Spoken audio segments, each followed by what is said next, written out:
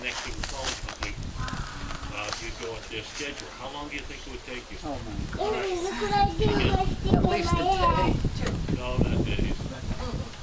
Well, 10 hours and 4 minutes. Oh my gosh. Scheduled. Riding on a thing And it like would this. cost you $2 to do it.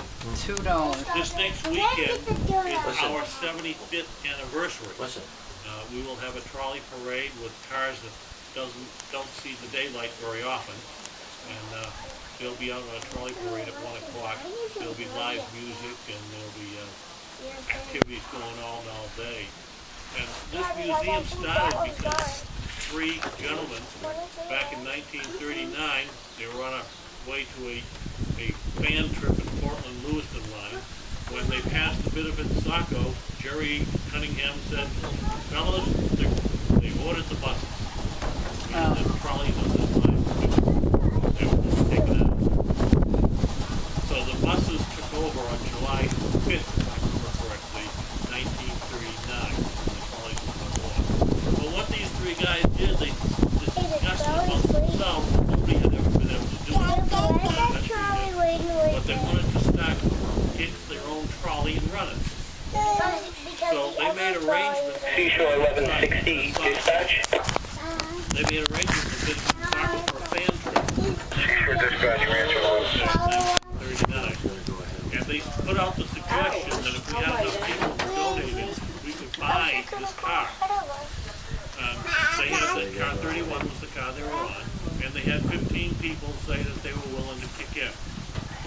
Not all of them did. Wound up being only 10 who wound up doing it. And they had the trolley cabin down to Kennebunkport because the owner, Bishop Saco, promised the Rotary Club members there would be no derelict trolley cars around the Bishop Saco Orchard area. So they moved the car down to where the History Center is, to a piece of property owned by George Hill. Now this is a piece of property that usually to George because the Atlantic Shoreline, ironically enough, had taken it by eminent domain and cut it off from his farm. So he was more than happy to go and allow these guys to rent this property for $5 a year. That was 75 years ago. Our collection at that time was 1. That's all they intended to collect. They weren't planning on getting any more, but more people came along and wanted to play, and they're still doing it today, playing and collecting trolley cars. So that's the history of the museum. It's 75 years old next weekend, and this car, as I mentioned earlier, is 115 years, built in 1901. So that's 113 years old.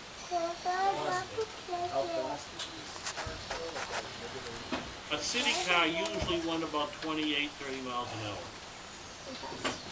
And when you operate it in half speed, it's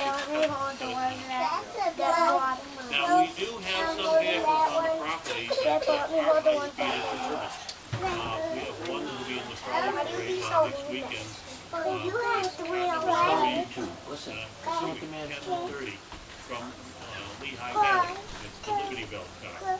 It was a parlor car that was set up for the, I know you can push it, hold on. It was a parlor car that was set up by the Indiana Railroad Company. And what they did with it, I'm not really sure, but when the Lehigh Valley purchased it from them, when the Indiana Railroad went out of business, they kept it as a parlor car to induce women to go into Philadelphia to shop. So they ran it off hours on rush hour, and it was nice enough for the season. So you can see that car, it's in the Highwood exhibit bar. We did have one part of the revenue from the Atlantic Shoreline Railway was on this line, and that was wood. 50% of their income came from wood on this line. We have one load of 100, which you can see a picture of it hauling boxcars over in Sanford on the display room door. When you get off the car, you probably be able to see it there. It's a locomotive. It used to come out here and pick up the flat cars with the wood on it. The local people cut it.